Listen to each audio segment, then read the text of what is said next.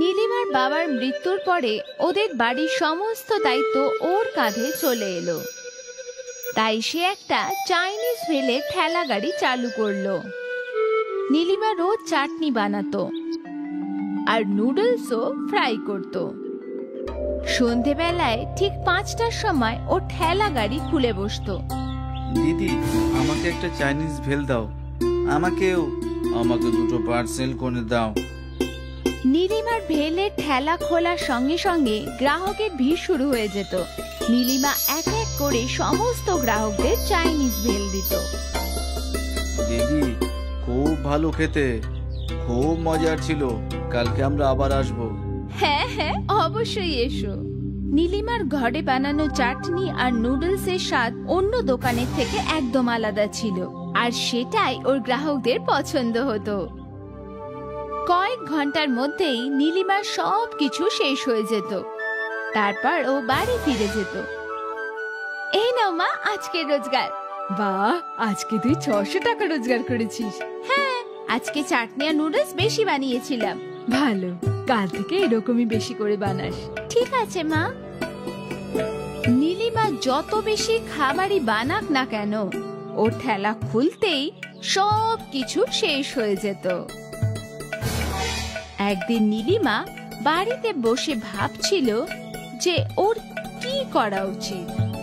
মা, যত বেশি করে চাটনি বানাই বা যতই বেশি করে নুডলস ফ্রাই করি, সবই শেষ হয়ে যায়। এটা তো ভালো কথা, তাই না? সেটা তো ঠিকই, কিন্তু গ্রাহককে সব সময় খালি হাতে ফিরে যেতে হয়। সে তো হয়ই। এখন কি করা যাবে? আমার কাছে একটা আইডিয়া আছে। তাই? সেটা কি? দিদি, তুমি রেডিমেড চাটনি আর নুডলসও কিনে রেখো। মাঝে মাঝে ওগুলো ব্যবহার করে ফেলো, তো কেউ বুঝতেও পারবে না। এইভাবে কি করে বুঝতে পারবে না? আরে মা, দিদি নুডলসের মধ্যেখানে যদি রেডিমেড নুডলস থাকে, তাহলে কেউ কি করে বুঝবে যে কোনটা দিদির আর কোনটা রেডিমেড? হ্যাঁ, কথা তো দম আছে, কিন্তু আপাতত আমিও এসব করব না। এখন আমি আরো বেশি নুডলস বানাবো। হ্যাঁ, এটাই সঠিক হবে নীলিমা। পরের দিন থেকে নীলিমা দ্বিগুণ সেজওয়ান চাটনি বানালো। আগের থেকে দ্বিগুণ নুডলসও ফ্রাই করলো। আশা করি এবার সবাই পাবে। সব জিনিস নিয়ে ঠেলাতে গেল, আর সেই দিনই নীলিমার ওখানে একজন বিখ্যাত ফুড ব্লগার এলো। আমরা এসেছি দিদির চাইনিজ ভেল খেতে। শুনেছি খুব টেস্টি। দেখা যাক। বাহ, এত লাজবাব টেস্ট! আপনাদের সবাইকে নীলিমা দিদির চাইনিজ ভেল টেস্ট করা উচিত।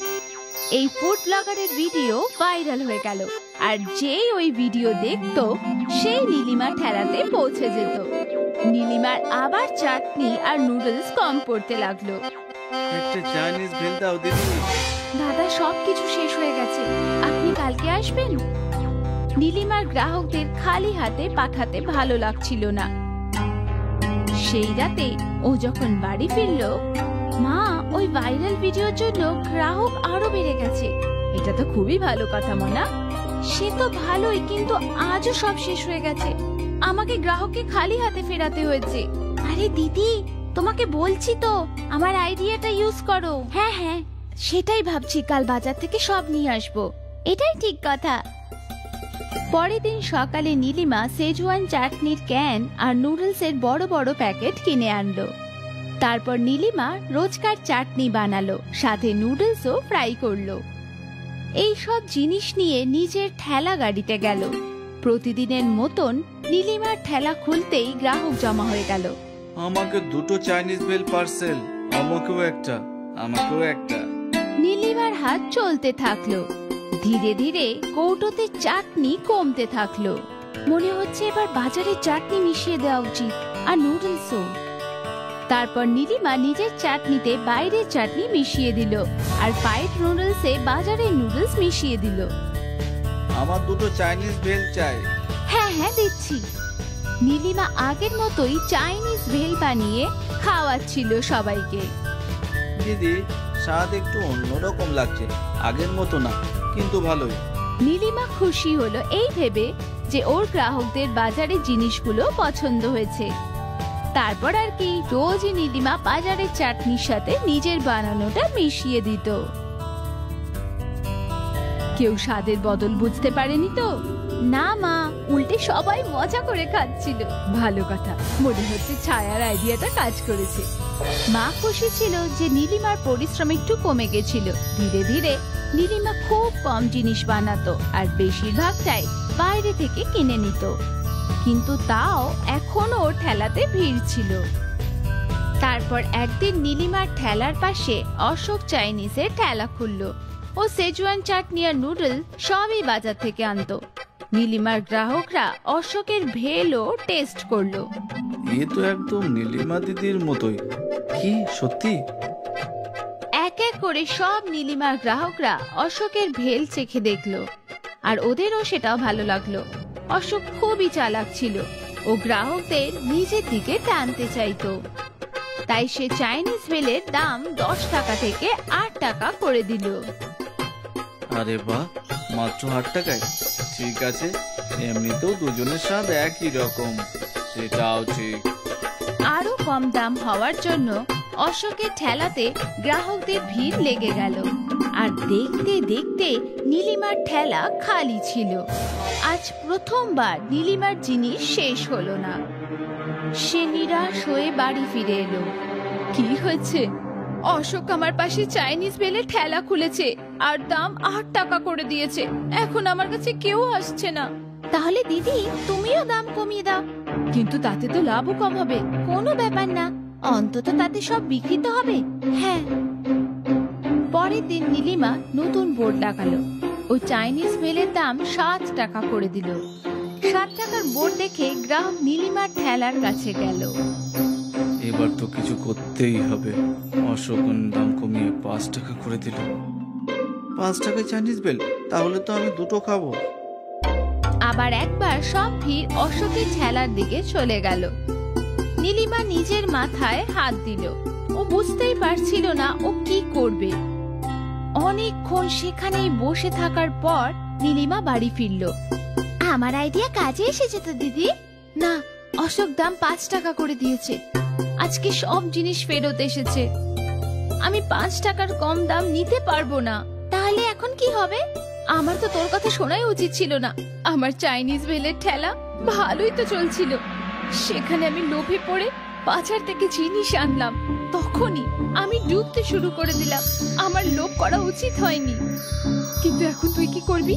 আবার সেটাই যেটা আগেও করতাম, নিজে চাটনি আর নুডলস বানিয়ে চাইনিজ ভেল বানাবো, একদম সততার সাথে। পরের দিন নীলিমা সেজওয়ান চাটনি আর নুডলস বানানো শুরু করে দিল। তারপর সন্ধেবেলায় নিজের ঠেলার কাছে পৌঁছালো।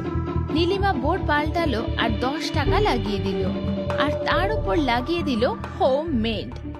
কিছু সময় নীলিমার ঠেলায় গ্রাহক ছিল না, কিন্তু তারপর একজন মহিলা এলো। তোমার চাইনিজ ভেলে কি আছে দিদি? আমার চাইনিজ ভেলে হোমমেড। এরকম স্বাদ বাজারের নুডলস আর চাটনিতে আপনি কোথাও পাবেন না। একটা চাইনিজ ভেল দাও না। হ্যাঁ। নীলিমা ওই মহিলাকে চাইনিজ ভেল দিল। বাহ, খুব ভালো খেতে। আগে কখনো এমন চাইনিজ ভেল খাইনি। ধীরে ধীরে নীলিমার রোজকার গ্রাহকরা ওর চাইনিজ ভেল চেখে দেখলো। এটা তো একদম পুরোটারই মতো, খুব ভালো খেতে। তারপর আর কি, সব পুরনো গ্রাহক নীলিমার কাছে ফিরে এলো। অশোকের ঠেলাতে দাম কম ছিল, কিন্তু কেউ সেখানে যেতে চাইতো না। অশোক চিন্তা করতে লাগলো ও কি করতে পারে। কিন্তু নীলিমার আসল চাইনিজ ভেলের তো কোনো জবাবই ছিল না। একবার আবার নীলিমার ব্যবসা বৃদ্ধি পেল। ও খুব খুশি হলো, আর সে কোনোদিনও নিজের ব্যবসাতে লোভ আসতে দিল না।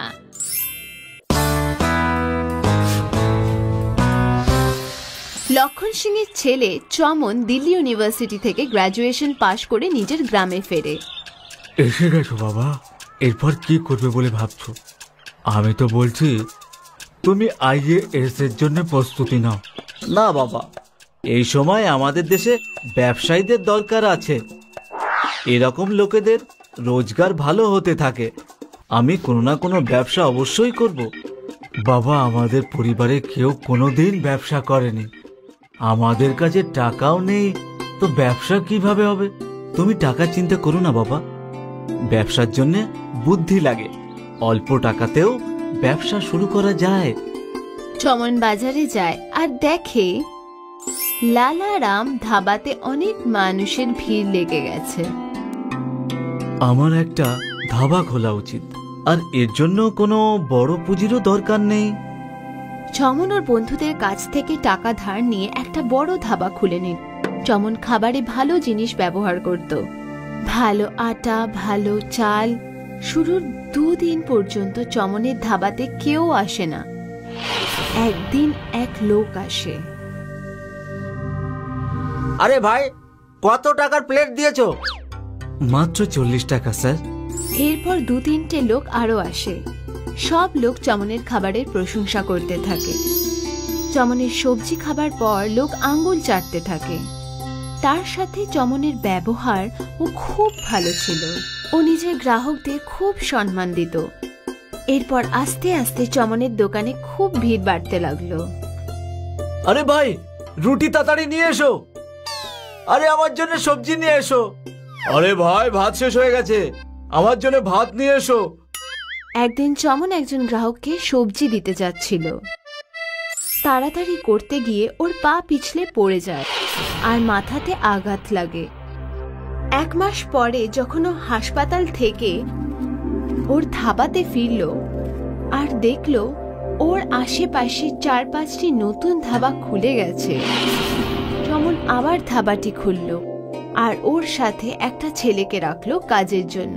কিন্তু খদ্দেরের সংখ্যা এবার খুব কম হওয়াতে চমন ধাবা বন্ধ করে দিতে বাধ্য হলো। আরে আমি তো তোকে প্রথমেই বলেছিলাম যে ব্যবসা করিস না, কোনো সরকারি চাকরির জন্য প্রস্তুতি নে। বাবা, সব কাজে এরকম ছোটখাটো সমস্যা আসতেই থাকে, কিন্তু আমাদের হার মেনে যাওয়া উচিত নয়। আমি কিচ্ছু জানি না। গ্রামের সব ছেলে সরকারি চাকরির জন্য তৈরি হচ্ছে। তুইও চাকরির জন্য প্রস্তুতি নে, না হলে বাড়ি থেকে বেরিয়ে যা। চমন উদাস হয়ে গ্রামে ঘুরতে থাকে। তখনও দেখতে পায় একজন বাঁধাকপি বিক্রি করছে, আর ওটা দেখে ওর মনে পড়ে গেল যে একবারও দিল্লিতে চাইনিজ ভেল খেয়েছিল। যদিও চাইনিজ ভেলের ব্যবসা শুরু করে। চমন নুডলস, বাঁধাকপি আর বাকি জিনিস কিনে নিল আর নিজের দোকানে একটা স্কুলের সামনে লাগিয়ে দিল। দিনে ও খাবার তৈরি করত আর বিকালে বিক্রি করত। চমনের কাছে স্কুলের বাচ্চাদের ভিড় লেগে যায়। তাড়াতাড়ি চমনের কাছে অনেক টাকা আসতে থাকে। চমন ওর গ্রামের চমন চাইনিজ ভেলওয়ালা নামে ফেমাস হয়ে যায়। একদিন লক্ষণ সিং ওর বন্ধুর বাড়িতে যায়। এসো এসো লক্ষণ সিং, এই নাও চাইনিজ ভেলটা খাও। এটা তো আমি আজ প্রথমবার খাচ্ছি। লক্ষণ সিং ভেল খেয়ে দেখে। আরে বাহ, স্বাদ তো খুব ভালো। কে বানিয়েছে এটা? আরে তুমি এটা জানো না? এটা তোমারই ছেলে চমন বানিয়েছে। গোটা গ্রামের লোক ও চাইনিজ ভেল খায়। লক্ষণ সিং ওর ছেলের কাছে যায় আর গিয়ে দেখে যে ওর ছেলে খুব পরিশ্রমের সাথে কাজ করছে আরো খুব ভালো জামা কাপড় পরে আছে। আমাকে ক্ষমা করে দে বাবা, আমি তোকে বুঝতে পারিনি। কোনো ব্যাপার না বাবা। খোকা, এবার আমি বুঝে গেছি যে টাকা আর সম্মান শুধু চাকরি থেকেই আসে না, কখনো কখনো ব্যবসা থেকেও আসতে পারে।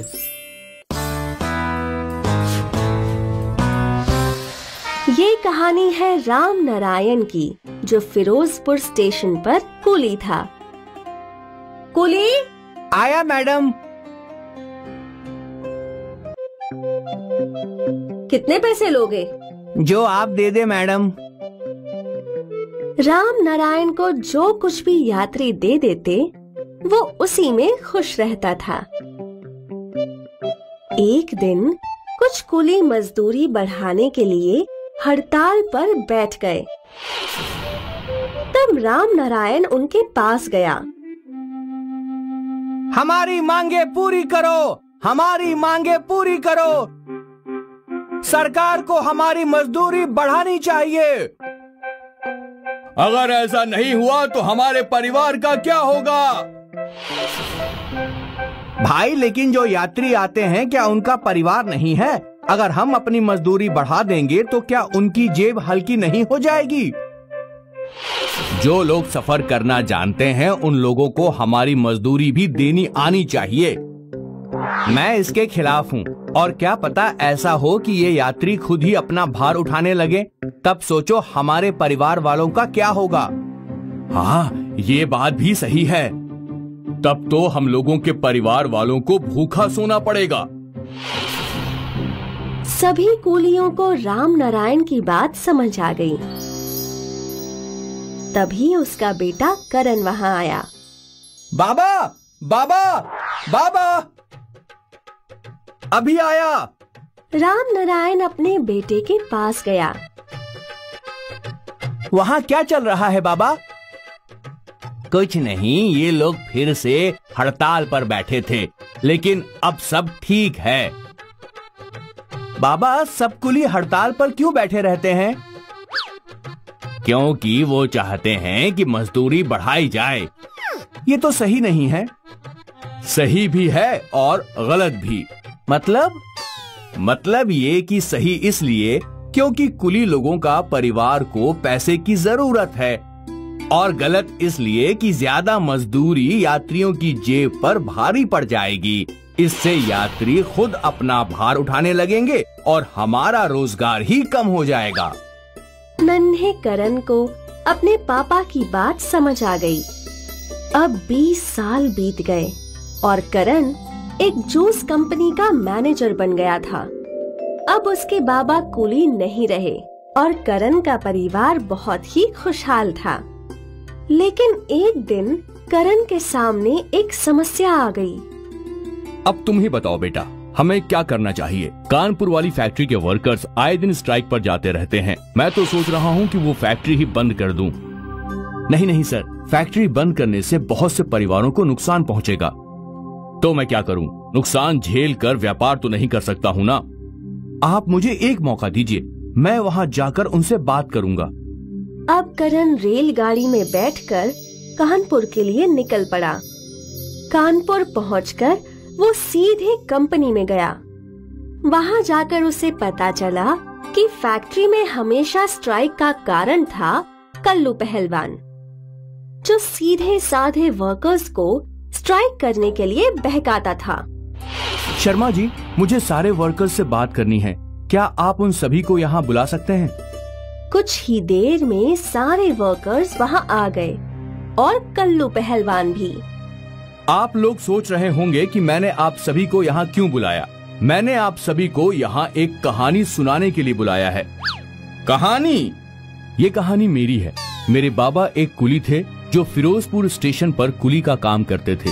एक दिन वहाँ एक बहुत ही हट्टा कट्टा कुली आया, भीमा। उसने सारे कुलियों को बहकाना शुरू कर दिया और वो सब कुली हड़ताल पर बैठ गए।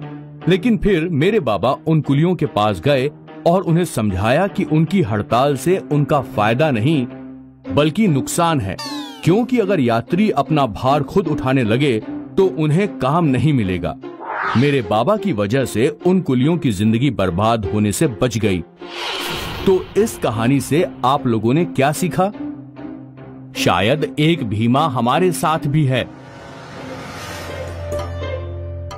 हाँ, और शायद उसी की वजह से तुम सबके परिवार भूखे मर सकते हैं। मालिक तो ये फैक्ट्री बंद करने की सोच रहे हैं। अब इस फैक्ट्री का क्या होगा वो आप सभी को तय करना है। करण ये सब बोलकर वहाँ से चला गया और वर्कर्स आपस में फुसफुसाने लगे। इस बात को 3 महीने हो गए थे। अरे बेटा करण, तुमने फैक्ट्री वर्कर्स पर क्या जादू कर दिया? क्यों सर? पिछले 3 महीनों से किसी ने स्ट्राइक की बात तक नहीं की। सब समझदार हैं, लेकिन तुमने उनसे बोला क्या? कुछ नहीं, सिर्फ उन्हें उनके आस्तीन का सांप दिखाया और एक छोटी सी कहानी सुनाई।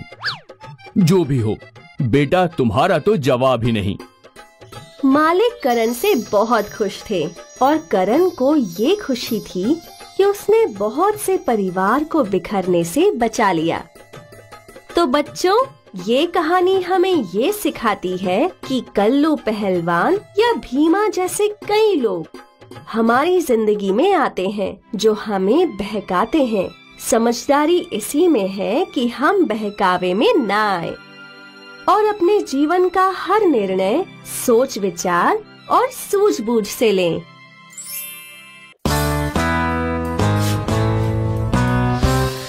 वसई की एक छोटी सी झोपड़ी में पिंटू और उसकी माँ मीना रहा करते थे। पिंटू के बाबा को गुजरे हुए कई साल हो गए थे। मीना दूसरों के घरों में बर्तन धोकर घर का खर्चा चलाया करती थी। पिंटू और मीना दोनों गरीबी की जिंदगी जी रहे थे। बेटा पिंटू, मैं चाहती हूँ कि कल से तुम स्कूल जाओ और पढ़ाई करो। लेकिन माँ, हमारे घर की परिस्थिति इतनी खराब है, आप मेरी पढ़ाई का खर्चा कैसे उठाएंगी? वो मैं देख लूंगी, बाकी तुम सिर्फ पढ़ाई पे ध्यान दो। वैसे भी सारा दिन यहाँ वहाँ मटर गश्ती ही करते रहते हो। कम से कम अगर तुम स्कूल जाओगे तो भविष्य में तो तुम्हारी जिंदगी संवर जाएगी। ठीक है माँ, लेकिन मैं भी कुछ काम ढूंढकर आपकी मदद करूँगा। हाँ ठीक है। और अगले दिन मीना अपने बेटे को पहली बार स्कूल छोड़ने गई। मीना बहुत खुश थी और अपने बेटे को स्कूल में जाते देख उसके आंसू नहीं रुके। अब मीना ने और 2 घरों में काम करना शुरू कर दिया था। पिंटू स्कूल से लौटकर अपनी माँ मीना की राह देखने लगा। माँ को अब तक तो लौट आना चाहिए था, कहाँ रह गई माँ? पिंटू काफी देर तक राह देखता रहा और फिर मीना लौट आई। कहाँ रह गई थी आप? कुछ नहीं, मैं और 2 घरों में काम कर रही थी। और 2? हाँ, तेरी पढ़ाई के लिए। माँ, वैसे तेरे स्कूल का पहला दिन कैसा था? बहुत अच्छा था माँ। मेरे स्कूल में बहुत से बच्चे हैं, मैंने बहुत सारे दोस्त भी बनाए और हमारे मास्टर जी भी बहुत अच्छे हैं। अच्छा है, अच्छा है। तुम अच्छे से पढ़ लिख कर बड़े ऑफिसर बन जाओ। और माँ, मैंने अपने लिए काम भी ढूंढ लिया है। कल से मैं रोज पेपर डालने जाऊंगा, जिससे आपकी कुछ और मदद हो जाएगी। मेरा लाडला। और अगले दिन से पिंटू रोज लोगों के घरों में पेपर डालने लगा। उसके बदले व्यापारी उसे कुछ पैसे दे दिया करता था और फिर घर लौटकर वो स्कूल के लिए तैयार हुआ करता था। और फिर मीना उसे स्कूल छोड़कर अपने काम पर चली जाया करती थी। कई दिनों तक ये सिलसिला चलता रहा।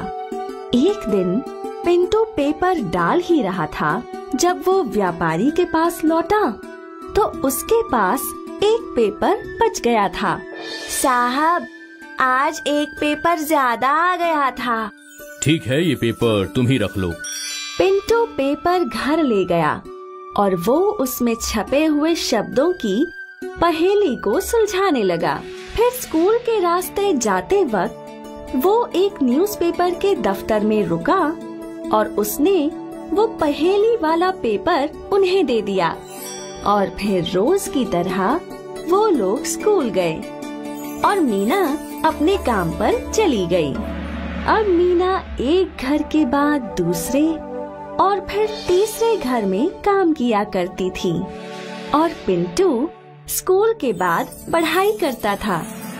फिर अपने घर की साफ सफाई करके अपनी माँ के लौटने का इंतजार किया करता था। 15 दिन बाद जब पिंटू अपने स्कूल में था तो पिंटू के मास्टर जी के साथ एक ऑफिसर आए। यही है पिंटू? तो वो तुम हो जिसने वो पहेली का हल किया था? जी सर। तुम बहुत ही बुद्धिमान हो। उस दिन की वो पहेली सिर्फ तुम अकेले ही हल कर पाए थे और इसलिए हमारी कंपनी ने ये निर्णय लिया है कि वो तुम जैसे बुद्धिमान बच्चे की पढ़ाई का खर्च उठाएगी। ये सुनकर पिंटू बहुत खुश हुआ। स्कूल के बाद वो घर पहुंचा और आज वो अपनी माँ का बड़ी ही बेसब्री से इंतजार कर रहा था। और आज जैसे ही मीना घर लौटी, पिंटू ने अपनी माँ को गले लगाया। माँ, माँ, माँ। अरे क्या हुआ? माँ, अब से आपको ज्यादा काम नहीं करना पड़ेगा। और वो क्यों? क्योंकि वो पेपर वाली कंपनी वालों ने मुझे स्कॉलरशिप दी है। मतलब अब से मेरी पूरी पढ़ाई का खर्चा वो संभालेंगे। मीना भावुक हो गई।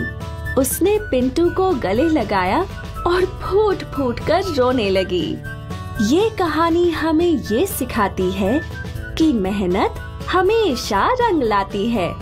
ये स्कॉलरशिप मीना और पिंटू की कड़ी मेहनत का ही फल था।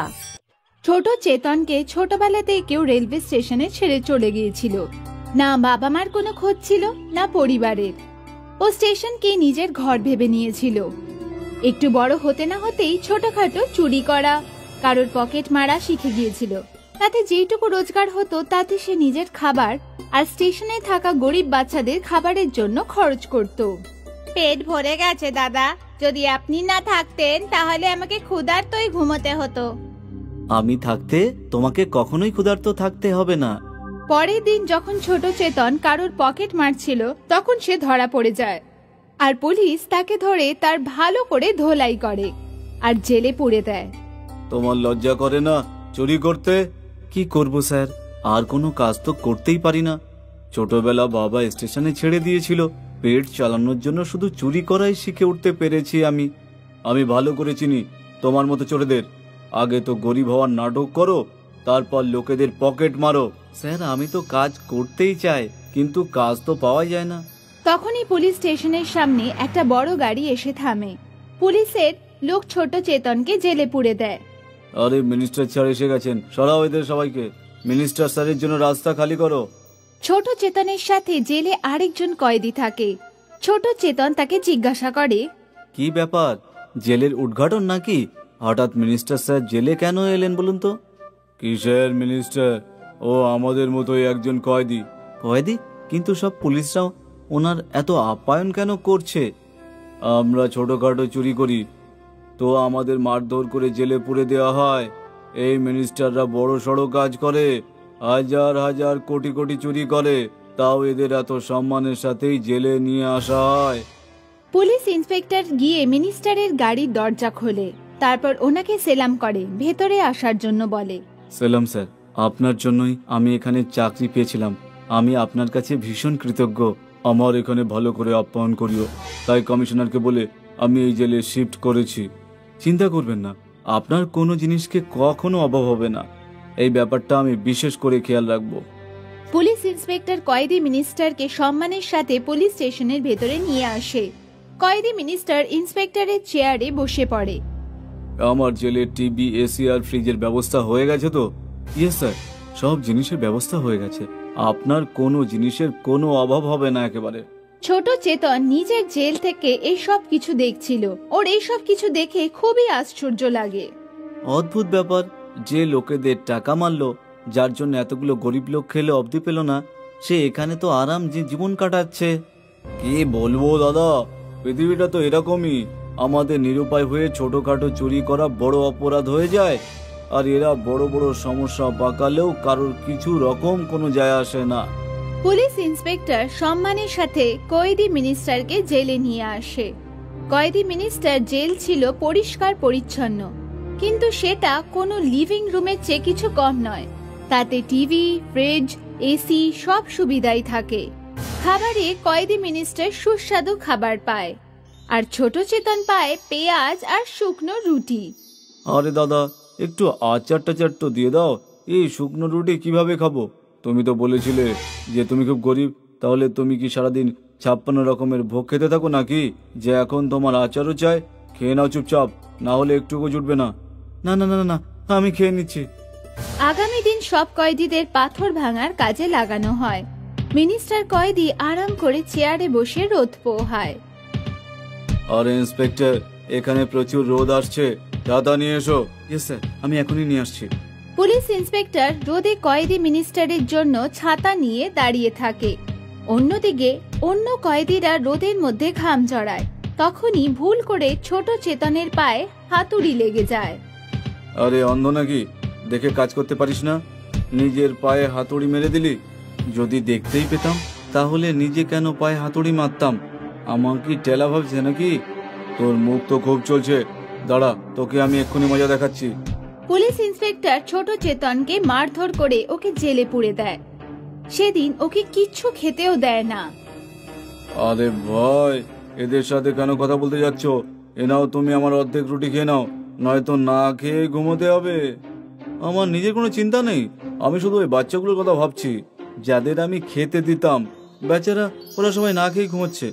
এই কুম্ভকর্ণ যে কোনো অন্য বাচ্চাদের মুখের গ্রাস কেড়ে নিয়ে ঘুমোই, সে এখানে আরাম করে নাক ডেকে ঘুমোচ্ছে। দেখো, আমি ঠিক করে নিয়েছি, এখান থেকে বেরোনোর পরে আমি মিনিস্টার হব।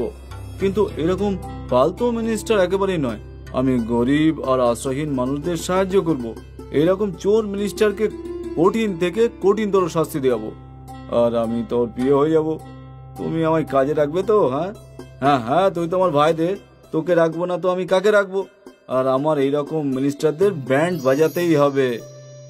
একদিন ছোট চেতন কয়েদি মিনিস্টারকে জিজ্ঞাসা করে, আমি জানতে চাই যে তোমাদের মতো মিনিস্টার হওয়ার জন্য কি কি করতে হয়?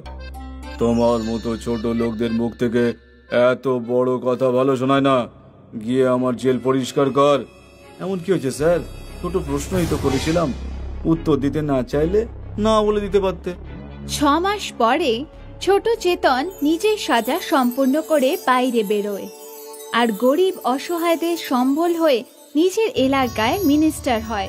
সব বাচ্চাদের বিনামূল্যে শিক্ষা আর খাবার দেয়। বদমাইশি করা মিনিস্টারকে কঠিন থেকে কঠিন শাস্তি পাওয়ায়।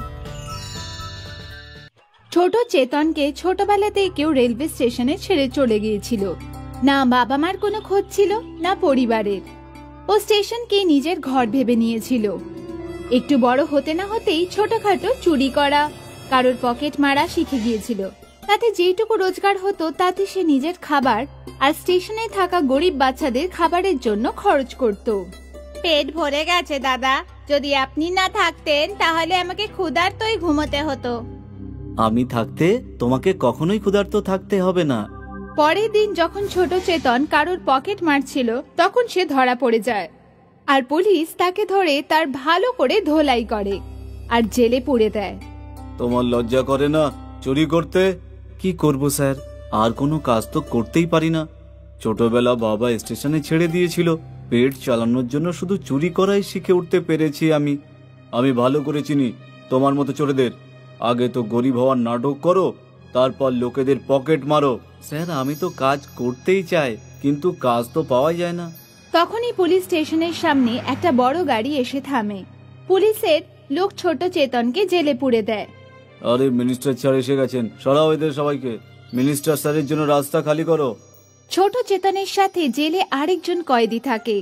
ছোট চেতন তাকে জিজ্ঞাসা করে, কি ব্যাপার, জেলের উদ্ঘাটন নাকি? হঠাৎ মিনিস্টার স্যার জেলে কেন এলেন বলুন তো? কিসের মিনিস্টার? ও আমাদের মতোই একজন কয়েদি। কয়েদি? কিন্তু সব পুলিশরাও ওনার এত আপ্যায়ন কেন করছে? আমরা ছোটখাটো চুরি করি তো আমাদের মারধর করে জেলে পুরে দেওয়া হয়। এই মিনিস্টাররা বড় সড়ো কাজ করে, হাজার হাজার কোটি কোটি চুরি করে, তাও এদের এত সম্মানের সাথেই জেলে নিয়ে আসা হয়। পুলিশ ইন্সপেক্টর গিয়ে মিনিস্টারের গাড়ির দরজা খোলে, তারপর ওনাকে সেলাম করে ভেতরে আসার জন্য বলে। সেলাম স্যার, আপনার জন্যই আমি এখানে চাকরি পেয়েছিলাম। আমি আপনার কাছে ভীষণ কৃতজ্ঞ। আমার এখানে ভালো করে আপ্যায়ন করিও, তাই কমিশনারকে বলে আমি এই জেলে শিফট করেছি। চিন্তা করবেন না, আপনার কোনো জিনিসকে কখনো অভাব হবে না। এই ব্যাপারটা আমি বিশেষ করে খেয়াল রাখবো। পুলিশ ইন্সপেক্টর কয়েদি মিনিস্টারকে সম্মানের সাথে পুলিশ স্টেশনের ভেতরে নিয়ে আসে। কয়েদি মিনিস্টার ইন্সপেক্টরের চেয়ারে বসে পড়ে। আমার জেলে টিভি, এসি আর ফ্রিজের ব্যবস্থা হয়ে গেছে তো? ইয়েস স্যার, সব জিনিসের ব্যবস্থা হয়ে গেছে। আপনার কোনো জিনিসের কোনো অভাব হবে না একেবারে। ছোট চেতন নিজের জেল থেকে এইসব কিছু দেখছিল। ওর এইসব কিছু দেখে খুবই আশ্চর্য লাগে। অদ্ভুত ব্যাপার, যে লোকেদের টাকা মারলো, যার জন্য এতগুলো গরিব লোক খেলে অবধি পেল না, সে এখানে তো আরাম যে জীবন কাটাচ্ছে। কি বলবো দাদা, পৃথিবীটা তো এরকমই। আমাদের নিরুপায় হয়ে ছোটখাটো চুরি করা বড় অপরাধ হয়ে যায়, আর এরা বড় বড় সমস্যা পাকালেও কারোর কিছু রকম কোনো যায় আসে না। পুলিশ ইন্সপেক্টর সম্মানের সাথে কয়েদি মিনিস্টারকে জেলে নিয়ে আসে।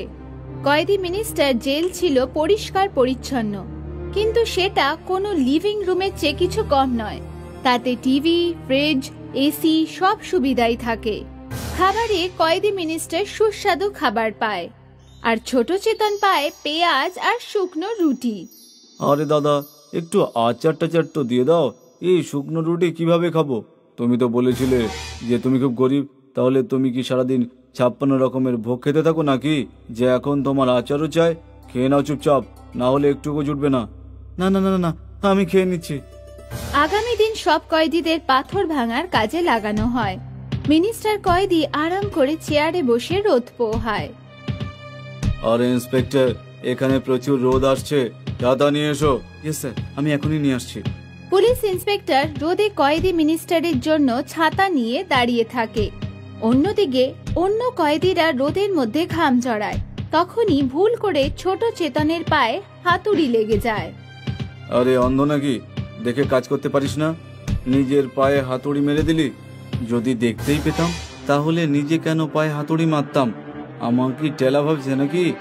তোর মুখ তো খুব চলছে, দাঁড়া, তোকে আমি এক্ষুনি মজা দেখাচ্ছি।